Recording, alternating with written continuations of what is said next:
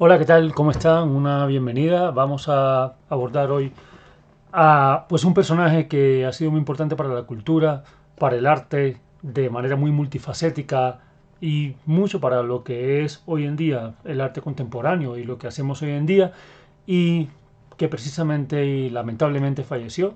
Reportada su muerte el día de ayer, 16 de enero del 2025, aunque en algunas noticias la familia informa que muy posiblemente la muerte fue el 15 de enero. Bueno, estamos hablando de David Lynch, conocido como David Lynch, David Keith Lynch, y vamos a hablar un poquito de su vida y un poquito de su arte, y muy en relación a lo que nos interesa en el caso mío de mis talleres y de la academia, y a lo que nos interesa dentro de las artes plásticas, visuales, cinematográficas, performáticas, que tiene que ver con todo el asunto del cuerpo, con este, digamos, este mundo o esta dimensión siniestra de lo corporal, y un poco a partir también del quiebre de paradigmas que llevaron a cabo artistas como David Lynch. David Lynch nació en Missoula, en Montana. Esto es al este de los Estados Unidos, una pequeña ciudad, del 20 de enero de 1946. Bueno, nace en enero y fallece en enero. No falleció muy mayor, 78 años. Ya vamos a hablar de las noticias. Parece que tiene que ver con un enfisema pulmonar que venía afectándolo desde hace rato por fumar durante tantos años en su vida, y por lo visto los incendios en Estados Unidos, específicamente en California, que ocurrieron recientemente, afectaron mucho más su salud. De hecho, le obligaron a trasladarse, y bueno, parece ser que esto fue condición para, para su fallecimiento. Fallece en Los Ángeles, California, el 16 de enero de 2025. Como les digo, la noticia todavía está como por confirmarse si realmente el fallecimiento había ocurrido ya el 15 y no el 16, como en los medios se hizo público. A través de la familia fue que se hizo público precisamente. Bueno, como artista vamos a hablar de las influencias de David Lynch.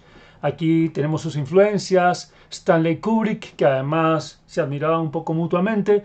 Stanley Kubrick tuvo la posibilidad de ver una de las primeras obras cinematográficas de David Lynch, que fue Eraserhead, algo así como La cabeza borradora. Vamos a hablar ahorita de esa pieza, y que fue una pieza que realmente fue muy pionera, muy de nacimiento, y en su primera presentación tuvo un público de 20 personas más o menos, pero que bueno, finalmente fue aceptada, reconocida. Stanley Kubrick dijo que quizás era de sus piezas audiovisuales favoritas. Federico Fellini, Franz Kafka, y toda esta cuestión también de lo surreal, de lo corporal, de un poco las paradojas del cuerpo, de lo absurdo, un poco también podría ser. Y volvemos a Eraserhead, ahorita vamos a hablar, insisto, de esta película, donde se dice que hay una influencia fuerte de Kafka en esta relación entre lo humano y lo animal. Bueno, Francis Bacon, que fue un pintor pues muy cuestionado en el sentido ético y personal, pero que vamos a ver que las referencias o las relaciones con David Lynch son muy claras, muy evidentes. Recordemos además que David Lynch comienza siendo artista plástico visual. Su llegada a la cinematografía es desde la pregunta de cómo hago que una imagen se mueva. O sea, le parecía que la imagen quieta no era lo suficiente, que a las artes plásticas y visuales le faltaba un elemento importante que era el movimiento, otro importante que era el sonido. Claro, por supuesto, ya después las artes plásticas y visuales se han ampliado mucho más, más allá de la imagen inamovible, digamos, o estática. Y bueno, finalmente Francis Bacon fue una fuerte influencia. Si vemos las pinturas de Francis Bacon y vemos la estética en una película como El hombre elefante, vamos a ver ahí la relación. Entonces, para quienes estudiamos artes plásticas y visuales, un referente como David Lynch, bueno, quienes estudiamos antes y quienes lo estudian ahora y quienes como yo hacemos docencia al respecto, David Lynch es fundamental porque tiene una mirada muy transversal de los diferentes campos de las artes. Oskar Kokoschka fue un pintor expresionista que además David Lynch, a una etapa muy joven de su vida, con un compañero, él lo buscó. O sea, David Lynch busca a Oskar Kokoschka pensando en que fuera como su mentor, pero Oskar Kokoschka pues no lo acepta. Entonces es muy importante también en este sentido la relación, insisto, con lo pictórico, y viendo las piezas de Oskar Kokoschka vamos a ver también esa relación con un poco la estética de David Lynch. Algo que inspiró fuertemente a David Lynch es este libro, The Art Spirit, del artista y profesor estadounidense Robert Henry. Bueno, Ingmar Bergman, aquí hay una influencia importante también la tenemos por parte de Jacques Tati, de Werner Herzog y de Roman Polanski. Y hay dos influencias fundamentales, no tan específicas, sino como movimiento, como estética, como mirada del mundo, como actitud creativa frente al mundo, como un juego también con el absurdo y bueno, un fuerte con las sensibilidades, que son el dadaísmo y el surrealismo. Por parte del dadaísmo, recordemos que el dadaísmo como movimiento fue pionero dentro de las nociones de collage, por ejemplo, las nociones de superposición de imágenes, un poco esa perspectiva visceral del arte, fuerte, conceptual, incluso hiriente, incluso fuerte hacia el espectador. Y por parte del surrealismo, una cosa que le interesaba mucho a David Lynch era el inconsciente, los sueños y lo onírico, muy en relación al surrealismo, ¿no? Y esta influencia del surrealismo no solamente está en términos de las imágenes visuales o de la pintura surrealista, sino en términos de literatura surrealista, cinematografía surrealista, todo el surrealismo en su conjunto. Pasa igual con el dadaísmo, que fue una tendencia artística que no solamente implicó imágenes visuales, sino también acciones performáticas, propuestas sonoras, propuestas también audiovisuales dadaístas, etc. Entonces es muy evidente y muy interesante estas influencias. Vamos a ver algunas imágenes de precisamente estas influencias, así que hemos la mía. Y aquí tenemos entonces unas piezas de Francis Bacon. Sobre Francis Bacon hay muchísimo material y bueno, la relación del cuerpo sin órganos de Gilles Deleuze y Francis Bacon es muy fuerte. Recordemos que Gilles Deleuze como filósofo trabaja todo este tema de un cuerpo que se sale del sistema, un cuerpo que se vacía de sistemas. Y en el texto que escribe con Guattari, Rizomas, donde se refieren al cuerpo sin órganos, incluso una de las ilustraciones de una de las ediciones de este texto viene con una imagen de Francis Bacon. Creo que precisamente una de estas imágenes que tenemos acá. Aquí tenemos entonces cuadros de Francis Bacon y como vemos en una relación estética muy fuerte con esa, y, por ejemplo, el hombre elefante. Vamos a ver ahorita también las imágenes del hombre elefante para que veamos más claramente esas relaciones. Aquí tenemos entonces, este es Kokoschka, son algunas piezas de Kokoschka, ya digo, artista expresionista a quien en un momento de su vida David Lynch en compañía de su amigo salen a buscar para tenerlo como mentor y Oskar Kokoschka pues no los acepta, pero bueno, la influencia siguió y la admiración también continuó.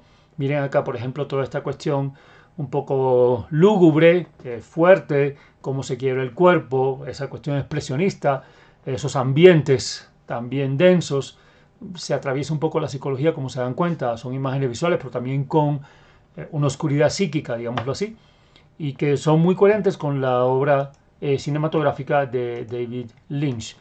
Aquí pueden encontrar esta información en las redes, se puede encontrar algo de lo que estoy compartiendo acá.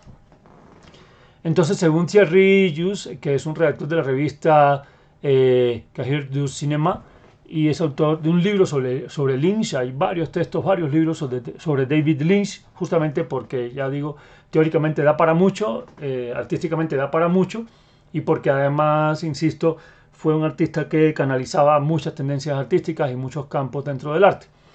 Y dice este autor en su libro sobre David Lynch, que cuando David Lynch habla de su infancia, la describe invariablemente como una etapa idílica, una especie de permanente sueño despierto, cuyo único aspecto problemático fue sin duda una forzada vida nómada. Bueno, hay que tener en cuenta que el papá de David Lynch era un biólogo que trabajaba para el Ministerio de Agricultura y que su labor implicaba moverse por diferentes territorios. Esta primera etapa de vida tuvo momentos, digamos, muy inspiradores para David Lynch, precisamente porque había una relación entre los territorios que visitaba y los imaginarios en torno a estos territorios, pero al mismo tiempo, desde niño prácticamente, planteaba como acciones de resistencia ante lo que sería una familia convencional, ¿no? Entonces, varias veces de niño y hasta niño adolescente, tuvo problemas incluso legales, digamos, con la policía, por detonar petardos para un poco crear escándalo, o ya un poco más adolescente, empezó a tocar bongos en un sitio de encuentro nocturno. Su padre Donald entonces fue un científico adscrito al Ministerio de Agricultura estadounidense y su madre Sonny era profesora de lengua. Y la familia vivió en distintos lugares, entre el noroeste del país y Carolina del Norte. Una cosa importante es que Lynch fue Boy Scout y a los 15 años participó como acomodador en la toma de posesión del presidente John F. Kennedy. Quiero sobre todo hacer referencia a esto de que Lynch haya sido Boy Scout. ¿Por qué? Porque pues en varios testimonios se refiere a que había una, digamos, una creatividad, como un poco hacer mucho de la nada, esa inventiva, ¿no? Esa capacidad de improvisación, como muy directa, como muy con la materia directamente. Recordemos que el cine de David Lynch está, sobre todo las primeras obras, no están sometidas a asuntos de tecnología digital, sino que es muy constructiva, es muy de la mano, es muy precaria, es muy de elementos visuales directamente logrados.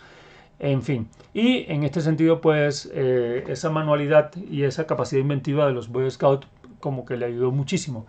Bien, entonces asiste al Corcoran School of Art en Washington, D.C. mientras terminaba sus estudios secundarios en Alexandria, en Virginia. Y aquí se apunta al School of the Museum Arts, perdón, of the Museum of Fine Arts de Boston durante un año. Entonces, bueno, aquí empieza a intentar acercarse un poco a la creación artística. Las primeras academias no le satisfacen para nada prácticamente. Y sigue buscando, sigue buscando. Ahí es donde viaja a Europa con su colega artístico Jack Fisk, precisamente buscando al pintor expresionista austríaco Oskar Kokoschka para que fuera su mentor. Sin embargo, esto no sucede y Lynch regresa a los Estados Unidos al cabo de solo 15 días. No es mucho tiempo el que pasa en Europa. Ya en el 66, pues se instala en la ciudad de Filadelfia, en Pensilvania, y asiste al Pennsylvania Academy of Fine Arts, PAFA. Así se dedica entonces a confeccionar mosaicos, figuras geométricas y empieza a trabajar en términos plásticos y visuales con algo que él llamó Industrial Symphonies. Y empieza a buscar entonces ahí sus exploraciones cinematográficas. ¿Por qué? Porque la pregunta creativa que se hace David Lynch, muy interesante para quienes trabajamos en el campo del arte, es cómo hago que mis imágenes adquieran movimiento. Por tanto, su primer corto, que se llamó Six Men Getting Sick, del 66, bueno, 6 hombres mareándose, es una secuencia repetitiva, casi como un collage con imágenes que se van moviendo, muy cercano a la animación, donde 6 hombres o 6 figuras van mareándose hasta que, perdón el término, vomitan. Entonces, él lo describe como 57 segundos de desarrollo y pasión y 3 segundos de vómito. La pieza visualmente es muy creativa, fue digamos, una pieza pionera en su época, en el 66, y en su contexto, y por tanto con esta pieza gana el certamen anual de la Academia. O sea, hay una presentación al final de la Academia y él gana un premio. Y ese pequeño éxito le permitió abordar su segundo cortometraje, que fue The Alphabet. The Alphabet es un cortometraje que trata sobre el sueño de una mujer que sueña sobre el alfabeto. Esto está relacionado, al parecer, con los sueños de su pareja. Es también una pieza cinematográfica muy visual, muy cinearte, bastante vanguardista, con imágenes chocantes para el público, muy lúgubre, tétrica, conceptual, extraña y demás. Hay una cosa interesante y es que su colega o amigo le ayuda presupuestalmente para que él pueda seguir produciendo. Es un amigo que tenía buena situación económica en su familia y le entrega, bueno, primero le dan unos $200, él se compra una cámara y después lo empiezan a apoyar. La academia también lo apoya y él recibe un apoyo económico para realizar The Alphabet. Y yo no sé si estas piezas audiovisuales de Lynch del comienzo se encuentran en algún sitio. Yo las conozco porque en la Academia de Arte donde estudié nos mostraban las piezas. Estoy hablando de, no sé, como de archivos de VHS en aquella época, y habría que ver si se encuentran en algún lugar o se pueden conseguir estos archivos. No sé si en internet se encontrarán. Bueno, a partir del 70, Lynch se centra exclusivamente en el arte cinematográfico, ya se dedica puntualmente a la cinematografía.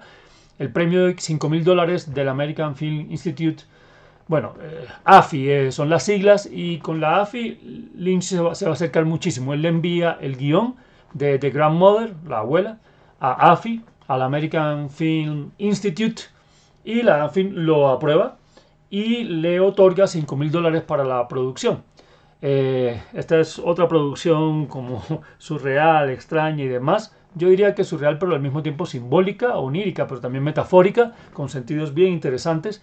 Y en este caso, esta película que dura 30 minutos es un poco la ausencia del personaje, un pobre chico de la calle que está muy desubicado y muy mal con sus padres y que siembra una semilla para que de ahí nazca una abuela, ¿no? Entonces, bueno, aquí hay una cantidad de patrones característicos de la obra de Lynch, lo tétrico, las imágenes, hay imágenes como de los rostros, esta cuestión casi expresionista en el cine, y incluso juegos con animaciones, un poco un movimiento muy cercano al stop motion, así sea con los mismos cuerpos, el sonido, muy importante el sonido en el cine de David Lynch, es un sonido perturbador, envolvente y una potente imaginería muy enfocada a los deseos y al inconsciente reprimido. O sea, recordemos la influencia entonces, también en esta época de todo lo que tiene que ver con el psicoanálisis, de la indagación de la psiquis, pero también la influencia que tiene Lynch del surrealismo. Y lo importante del surrealismo es dar lugar al inconsciente o al subconsciente, términos técnicos que no manejo muy bien, y sobre todo a lo onírico y a los sueños. Y entonces, bueno, esta imaginería se enfoca en los deseos de ese inconsciente reprimido, digámoslo así.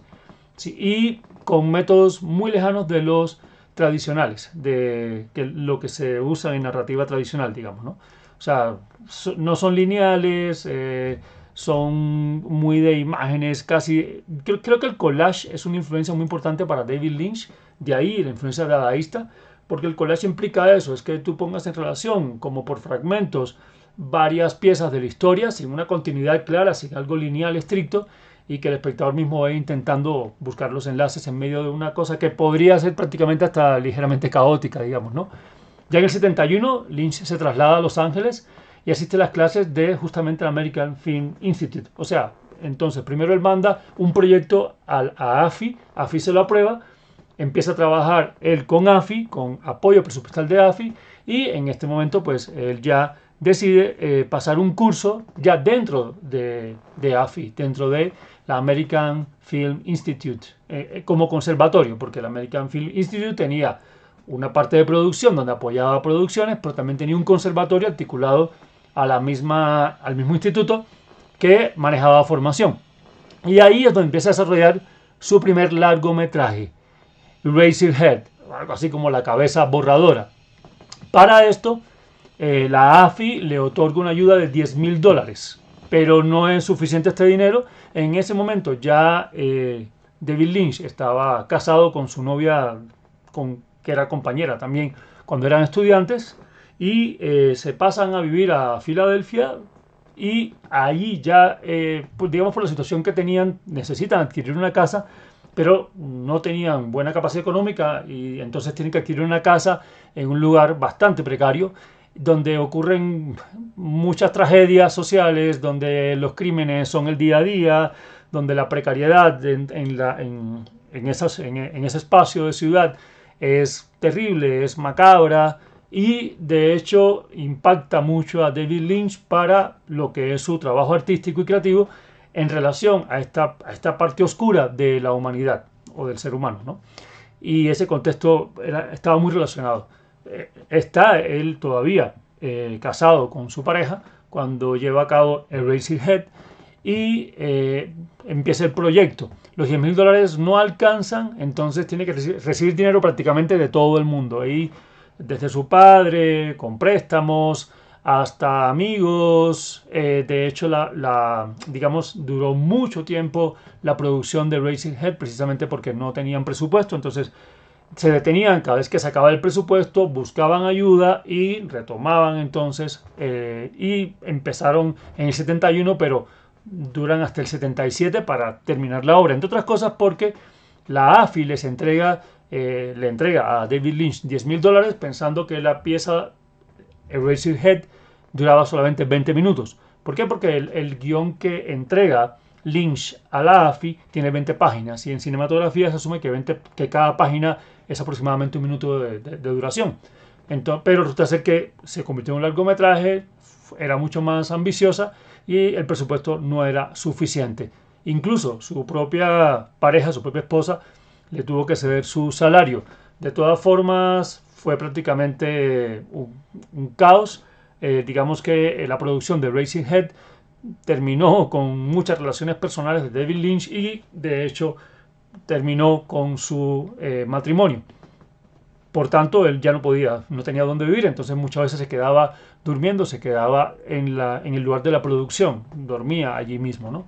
Lynch tuvo que pedir dinero a sus amigos y familiares, entonces el amigo de la infancia, Jack Fisk, que fue prácticamente como un mecenas para Lynch, no un mecenas oficial, un mecenas amigo, digámoslo así, que además era el diseñador de producción y el marido de la actriz Sissy Spacek, y que tenía buena situación, pues lo ayudó muchísimo. Pero llegó al punto David Lynch en que además del dinero recibido tuvo que vender periódicos para financiar Eraserhead. Y bueno, ya les digo, le costó incluso hasta el matrimonio, una separación bastante dramática y que implicó que no tenía dónde quedarse y como les digo, terminaba durmiendo incluso en el lugar de la producción. Aquí tenemos entonces una imagen de Eraserhead. Yo pongo 79 porque hasta el 79 fue que esta película empezó a adquirir, digamos, reconocimiento, pero la producción fue muy larga, insisto, la dificultad del sostenimiento del proyecto, y fue del 71 al 77. ¿De qué trata Eraserhead? Pues ya les digo, es bien macabra, es una historia de un joven que siempre, y esto es muy kafkiano para mí, se dice que en el caso de Kafka el absurdo no es la situación, sino la forma en que las personas reaccionan ante situaciones que son absurdas, que son terribles, pero que las personas reaccionan como si no ocurriera algo tremendo. Entonces, esto pasa con el personaje que interpreta Jack Nance y que vive en una especie de área industrial, y la novia, después de una cena muy extraña que tienen, le dan el anuncio de que la novia va a tener un hijo, pero este hijo no es un ser humano, no es una persona normal, es una rara bestia, es algo amorfo, es algo extraño, que no tiene forma de nada, bueno, tiene una forma, de hecho, se parece mucho, perdón que lo diga, la ternura, pero se parece mucho a Liti, y que es prácticamente una carne morbosa y desagradable, que no deja de gemir y que no deja de quejarse.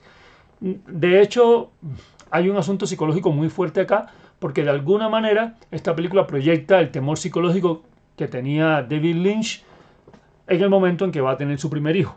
Y esta sorpresa ante la paternidad y ante un ser que viene al mundo y que tú no sabes y no entiendes de dónde viene o en qué consiste o cómo voy a lidiar yo con una vida, digamos, extraña, y cómo me hago responsable de ella. Respecto a su hija, que sí nació con un pie deforme. Y aquí están todas las crudas experiencias también, que vive en Filadelfia, como les digo, con su esposa y en la casa que tenían, en una zona que era muy macabra, que era muy terrible, y todo esto está presente de alguna forma en el film, ¿no? En la película.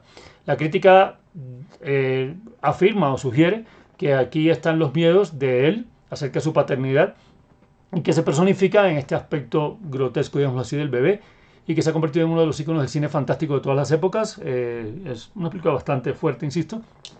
Bueno, un detalle interesante, anecdótico, es que el actor Jack Nance, ven cómo tiene este peinado tan curioso, tuvo que mantener este peinado durante 5 años. Recuerden que la producción duró del 71 al 77 porque la economía no daba. Y aquí está también la cuestión de cómo creativamente producimos, solucionamos y qué complejidades trae eso. Porque de una escena de que abren una puerta y que pasan de un sitio al otro, puede pasar un año. Y sin embargo, pues él tuvo que ser el personaje durante 5 años. Bien, entonces, no obstante, David Lynch nunca dio una explicación muy racional sobre la criatura, sobre lo que significaba. Pues eso era parte también de su enigma, digamos, y mucho menos de cómo fue elaborada esta criatura. Pero la leyenda o los mitos dicen que fue construida a partir de un feto de vaca embalsamado. Pues como les digo, hay una cuestión también que tiene que ver con casi una cuestión gore, como una cuestión muy fuerte. Ahí está el enlace también, yo diría, con Stanley Kubrick, pero tiene mucho que ver con la noción de cuerpo. Esa noción de cuerpo llega a un punto máximo con esta obra, con El hombre elefante. Creo que de mis películas favoritas, la vi hace mucho tiempo ya, hace rato que no la vuelvo a ver, quisiera volver a verla. Pero bueno, ¿qué pasó con el hombre elefante? Bien, entonces, como les digo, ya había $5.000 recibe David Lynch para Grandmother, para la abuela, 10.000 ya para realizar Eraserhead, que no alcanzan. Eraserhead va a un festival de cine, ahí lo ven muy pocas personas, pero Stanley Kubrick ve la película y alguien que la ve es el equipo de producción, personas del equipo de producción de Mel Brooks. Conocen Eraserhead, les llama mucho la atención y entonces empiezan a hablar con David Lynch para una nueva película. David Lynch tenía una idea de una película bien extraña, más extraña aún. Era una historia sobre un enano que por un accidente crea como una alianza con lo eléctrico, digamos así. Y bueno, en este sentido viene toda esta cuestión también como extraña, surreal, como chocante también y con respecto a lo que sería una especie de superhéroe enano. Y este guión pues no tuvo mucha salida, no era muy difícil apostarle a un guión que tratara sobre esto. Ya anteriormente había tenido también otro riesgo interesante. Es un trabajo audiovisual, una película, un film, donde el personaje tiene un insecto que le surge en la espalda y este insecto, muy kafkiano el asunto, digamos que potencia los pensamientos libidinosos de este personaje con respecto a su vecina.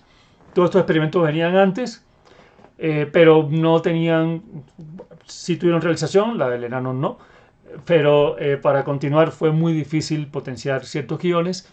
Entonces, más bien, el equipo de producción de Mel Brooks le presentó guiones a David Lynch y él de primera, incluso ya con el título le parecía muy interesante, se va por El hombre elefante. Y esta película entonces la dirige en el año 80. ¿Sí? Él es el director, él no es el escritor, está escrita por Chris DeVore y Eric Berggren. De hecho hay un libro al respecto. Y es una biografía que se inspira en la figura de Joseph Merrick. Joseph Merrick fue un hombre inglés de clase baja que nació con terribles malformaciones físicas y que vivió a finales del siglo XIX. Esta película fue muy importante, muy potencial, protagonizada por importantes actores, ya vamos a ver, y tuvo 8 nominaciones al Oscar y está basada, sí, en una historia real. Bueno, aquí hay una imagen. John Hurt fue quien hizo este personaje, quien protagonizó El hombre elefante, una muy fuerte caracterización y muy fuerte en el sentido de la construcción del rostro. Ya se dan cuenta por qué la relación con Francis Bacon, si recuerdan las imágenes de Francis Bacon que les acabo de colocar. Y bueno, tenemos acá entonces otra imagen del film, de la película. Acá. Y acá vamos a revisar lo que es justamente la historia de Joseph Carey Merrick. Sería interesante cuando hablemos de cuestiones de cuerpo, de cuestiones en relación al quiebre de la estética corporal y en fin. El tema del cuerpo es muy importante para mí en David Lynch. El cuerpo sin órganos, un poco Francis Bacon.